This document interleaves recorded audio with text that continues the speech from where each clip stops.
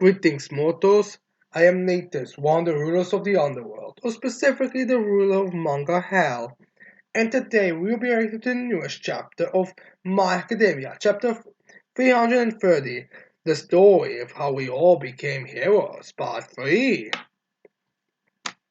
I was honestly expecting the last chapter to be the end of the whole How We Became Heroes parting story, but I guess it's not the case. Oh, maybe it's about maybe Hikoshi just forgot, just was very lazy and didn't want to come up with new titles. I mean, that makes much sense why we're having a part three as much as everything else. So yeah. Anyways, let's cut into the story. We start the story off in a central hospital to collaborate in secret with this key facility. Surprising to see they are doing something like this in a hospital, considering the fact that one of the biggest reasons behind this whole situation was a guy who was working in a hospital, in fact was in charge of a hospital. Maybe they made sure the Gawaki doesn't own this hospital, so maybe they think that's gonna keep them safe. I don't know. So anyways, then we cut away from the hospital a bit to get more of a city. I guess this is the only part of a city who's actually, semi-standing at this point because every other thing seems to be like destroyed or something. So yeah. Anyways, then we have there should be like several police stations have moved their bases to or operation nearby. I guess that's the reason why. There's so there's so many police departments there that it's pretty much just that. Again, I won't trust it. So yes, then we have a. Honestly, this is not really much of a joke, but it's kind of funny how there's like a they're having like this private room where there's like a big banner there, be like Legal Village Paranormal Liberation Fund Counterforge HQ. Yeah, because that's gotta do something, and that's clearly not gonna give anyone any ideas. Like this is like that thing joke where like, all right, tell me, where do you think that we could go in that would give us like? There's not gonna be like a giant banner on the next to the room saying where they're doing there and where they are.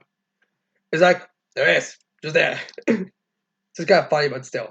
So anyways, they have all might be like, we are waiting Arama's exam results. I guess to make sure there's no bombs in it. As then we have Hugs be like, this business with Aoyama means we will be forced to take decisive actions all at once. We've deemed each of you here to be trustworthy based on certain factors regarding your situation and actions. So we are ready to move ahead with this conversation. So while we speak, we see All Might Hawks, Ragdoll, Tsukuruchi, and the cat accuser, as well as what I'm going to assume are the special agents from USA. I mean, one of those guys looks similar to the to Star Stripes. I guess that black guy that was with Stars and Stripes. I think we got his name, but I can't remember it right now. He just not to be racist, just that boom, the general head seems to be similar. So I think that's where they are. Plus, I do think it makes sense to keep them there, just to be some reinforcements. But I'm not sure why would just some random police officers be allowed to be there. So anyways, they have Hawks being like Endeavor, Genius, and the other big heroes are in command out in the field at the moment. And since the classified meeting had to be thrown in together in a hurry, we're keeping our circle nice and small. Safety first and all. Which is probably the best option right now, but I feel like at this point, pretty much every hero that's still there is doing so for the sake of it. It's probably like I don't think anyone could actually, do anything. So as then we have a Ragdoll being like taking every big cat on. Why Pussycat Ragdoll? I guess you forgot, but still, come on. I sure wish Ryuko and the gang could be here in Meow. As we see the Pussycats with Ryuko being the Pixie Bop, which is my favorite. I guess you're wondering. As we see the two as well. As Hawk's like, sorry about that. It's not like we doubt their loyalty or anything. As then immediately Ragdoll responds with Meow. As Hawk's like, Meow. As Ragdoll's like, they're out there using my search quirk for evil meow. So I'm here to help how I can. Let's hear the key points of this plan. As we have all my using like a board, which is I feel like I know it's probably like low tech or something, and I know they have to use visualization, but it's kind of funny how they're like using this like very kind of like a we know in TV shows where they're like focused on kids and they have like this try to be like this heroic, but they're like doing this very obviously child homemade stuff. That's essentially what they're doing here with the billboard. As Oma like draws a Bob a little all for one and Shigaraki like little models. Or maybe they're supposed to be pins. I don't know. It could be both, honestly.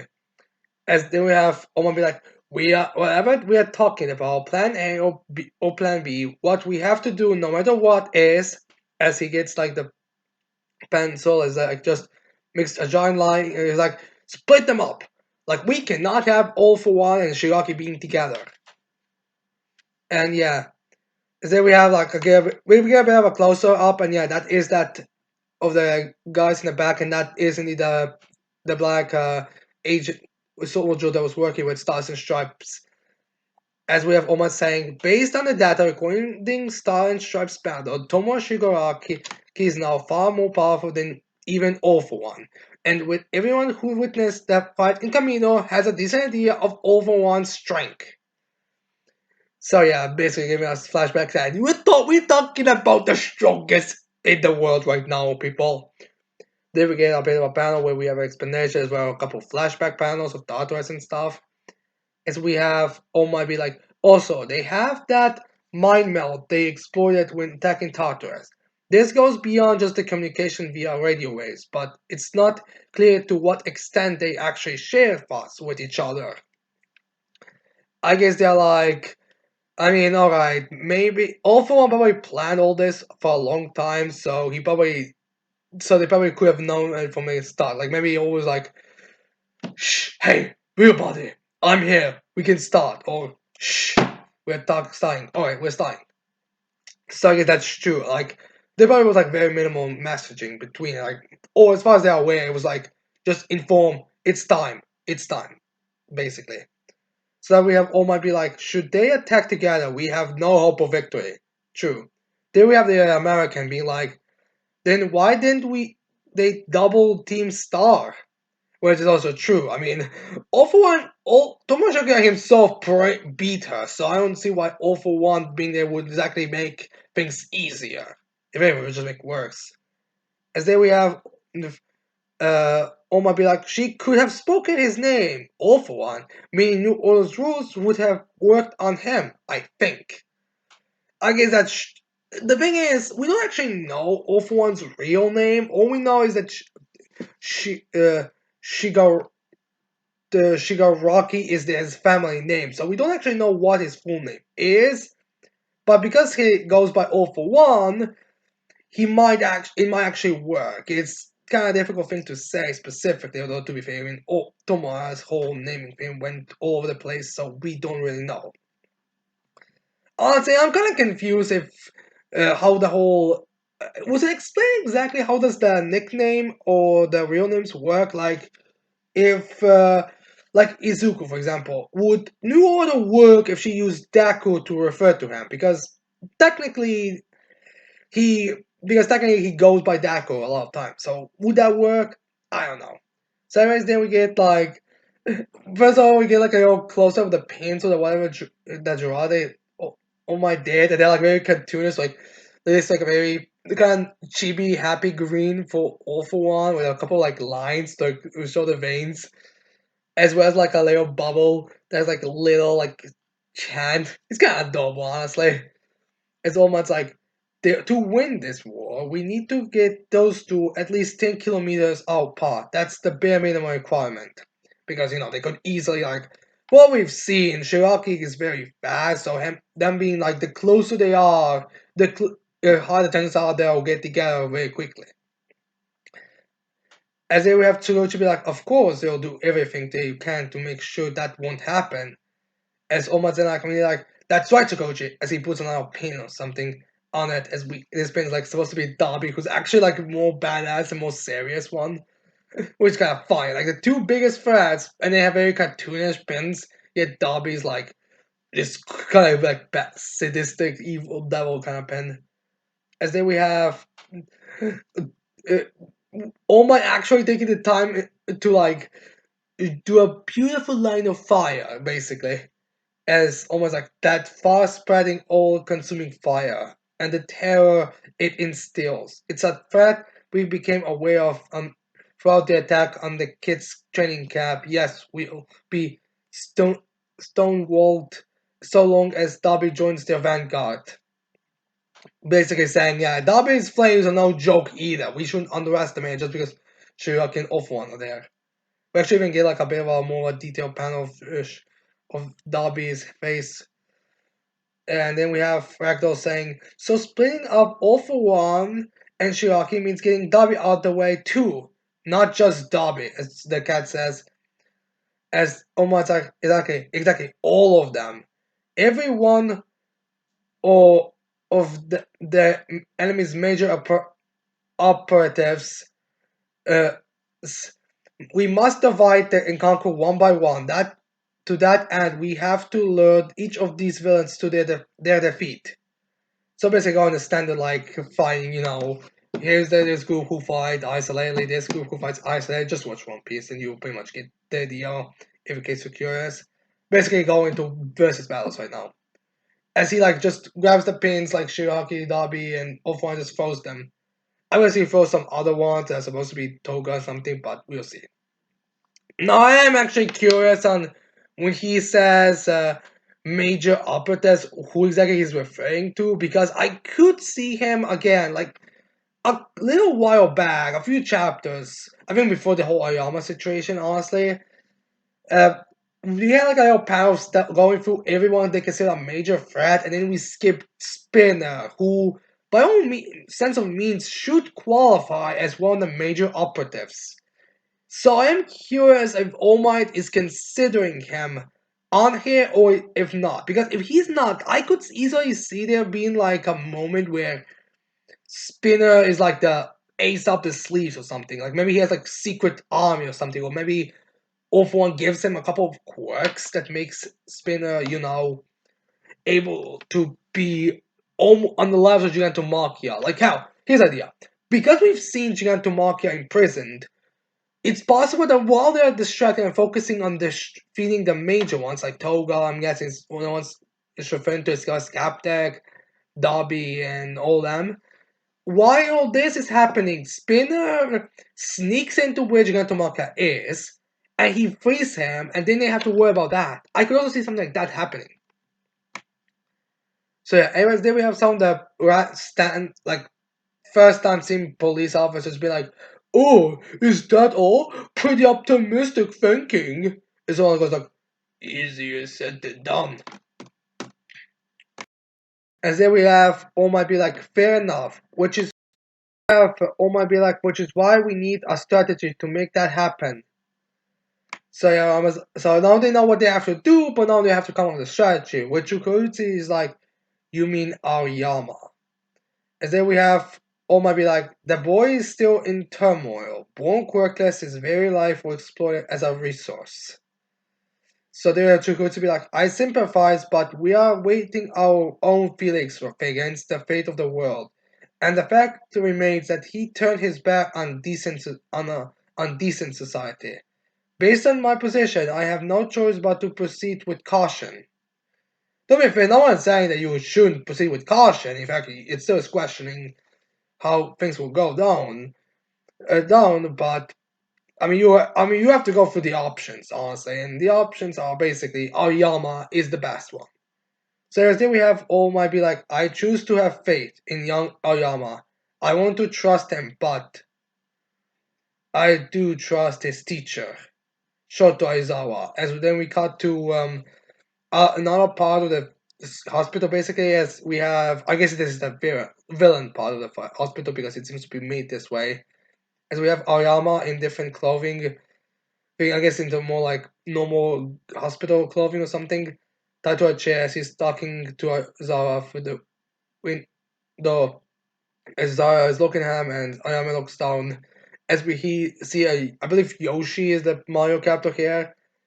As Yoshi's like, after a full exam, we found no irregularities. Brainwaves were normal too.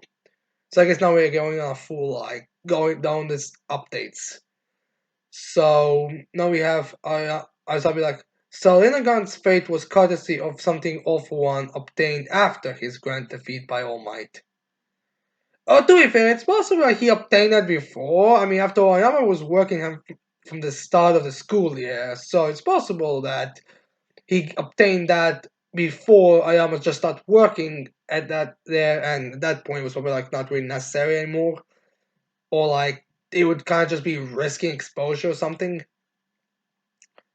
But yeah, it's something like that. So, anyways, then we have I guess Ozawa thinking to himself is like, in retrospect, if he had really planned an explosive ability to in that boy, what that would trigger in the event of betrayal, then why does that other peon as a lesson?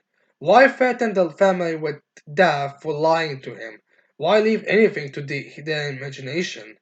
The only thing Off One planned was to set a fear inside the boy and his parents.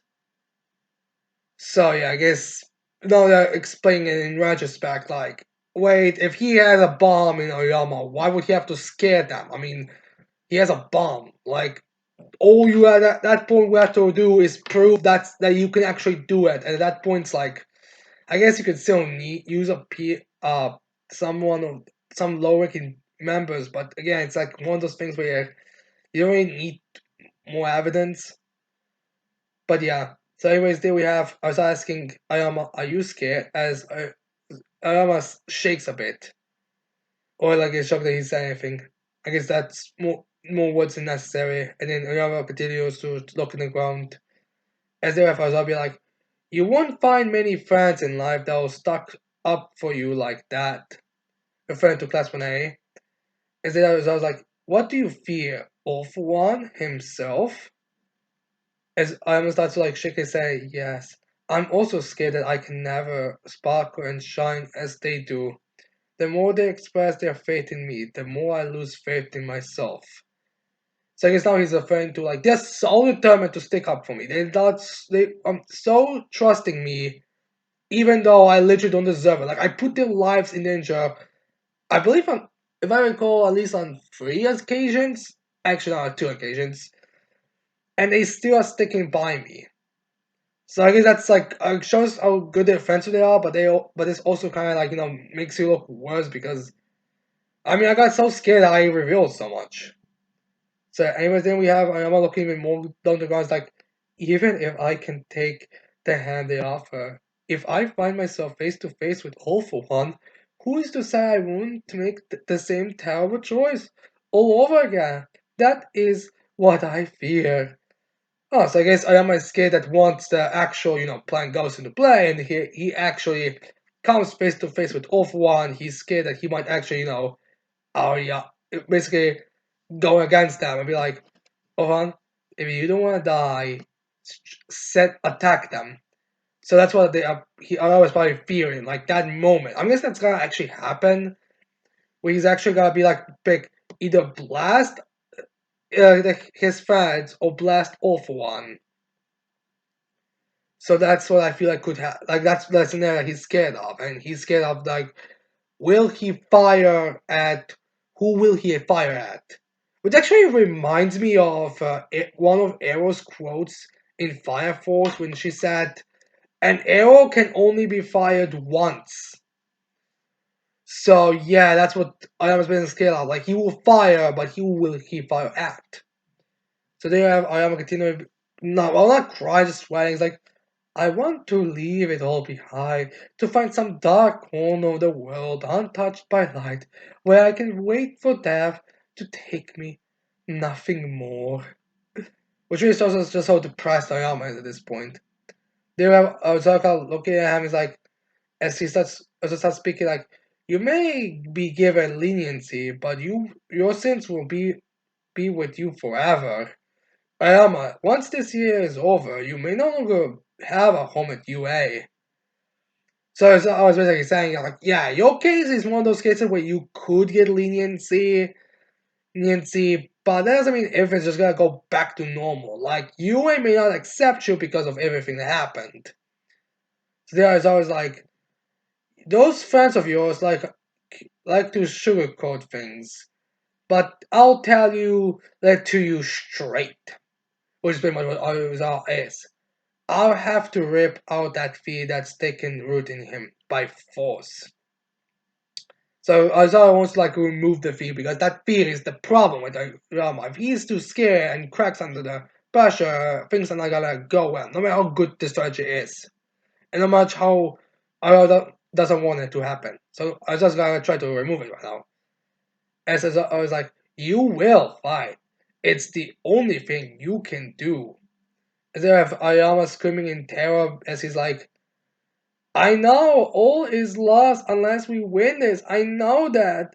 To achieve victory, I must now be a pawn for our side, just like them as their equal. I understand all that. As if Aizawa being like, maybe we are no different in all for one.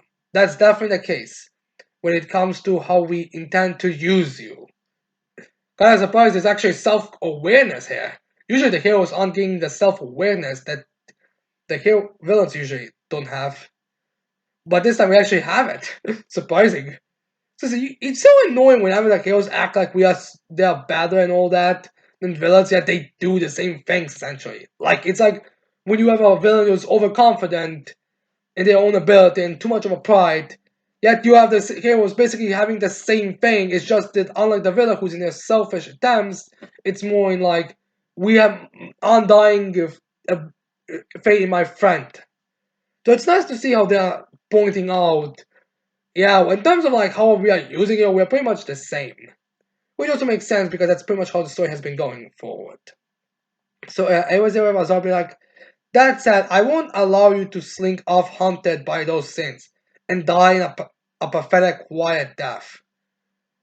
As Aoyama looks up at him finally as I was like, not as long as I'm a hero of your course teacher. I am and you are my student.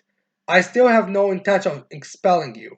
Which remembers what Azar said to him when he found out everything. And now we get this very symbolic picture where it's just uh, a background, or maybe it was just not Kokoshi not being able to draw it fully. I feel like it's probably just symbology. As everything's white with Azar just sitting there and Ayama sitting there with nothing like the things that are restraining him no longer being there. As Azar explains with, because none of the lessons I teach my students are about living a life burdened by guilt. As ashamed and despicable as you feel, you will walk alongside the friends who still reach out to you. As then we see Kurogiri, as Arama is listening to him, decides to, gets teary eyes. Is like, as Aizawa is like, we will protect you. I guarantee it, and you'll be okay. Stick with them. As then we have like Arama, instead of crying, he actually gets like he gets a bit of a tear down, but he's like, it's serious. Yes. As there have going back to like this being like, but what can a single miscreant like me even accomplish? Now he's questioning like, oh, how much I can even do here? Like, what plan do you have? And now I was like a bit chill, a bit more happy. As I was like, of course he's still scared. Anyone would be. So I was a bit like, you're not the only one I'm putting on this path, which is why, hey, who's this I referring to? I wonder. Then we get some rest of the students be like, it's time, let's go. That path. The Anoshibik that path. As we see, she, Shinso be like, right. As all, it's just like, it's one we'll all walk together. As we have Shinso in his hero costume, which is a very ninja costume, ending the chapter with also the title and everything, which I'm guessing this is implying this is the end of the whole This tells the story how we all became the heroes part 3. I'm hoping. We'll see. So yeah, anyways, we ended the chapter with the epic return of Shinso. Now I wonder if this is gonna be some kind of plan or there's like some kind of strategy that Shinso was going to be involved with. And that's the reason why we are having him here. Or maybe like Shinso's gonna be like the secret infiltrator ninja type of character. Like he's gonna go with Oyama, but he's gonna be more in the background because you know the whole vote thing. Like I could see. Actually, now I think about it. Are the here are the villains aware of Shinso's ability? Like, are they aware of that? Because if they're aware of it, they could have a thing where Shinso is following Oyama, then he meets a few villains, then Shinso speaks through Oyama's voice, and then he brainwashes people. That's possible now. So maybe that's their plan to use, which is pretty logical. Granted, they're gonna probably have to have a little more than just Shinso to go down a spy mission, but I'm pretty sure that they can find some other ninja character to do something. Or maybe some other quirks. I mean, I don't think I actually know the Americans' quirks, so maybe one does have like a stealth quirk. But yeah, we'll see. So yeah. Anyways, we have the epic return of Shinso. Well, not the epic return, we just have the return of Shinso. But yeah, this chapter, again, characterization, nothing really different. Like, I wish we have a bit more like a gap, but that's pretty much all what we've already had. Like, we already had a chapter where we established everything. We already had a chapter with going through Oyama's emotions. We already had a lot of these things. Like, this chapter itself is literally just more build up for the war and giving more hints to the strategy that we'll be going in. Like, this is all this has been so far.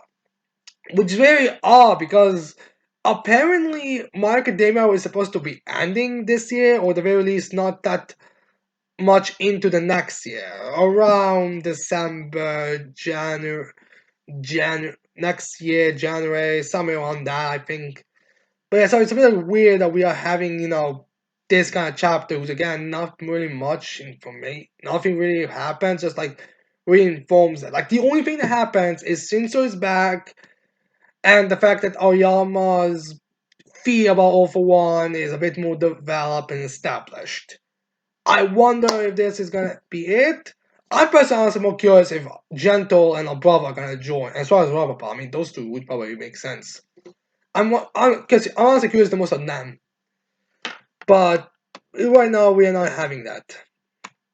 Like I was just something like they would also come in, but no, apparently it's nothing else. So yeah, that's pretty much it for the chapter. Now you tell me in the comments below if you liked the chapter. Did you think the chapter was good? Do you think it was too much of the same, or just whatever your thoughts are? And with that said, don't forget to leave a like, subscribe to this channel for more videos in the future. And with that said, I can't wait to see all of you mortals next time. Goodbye.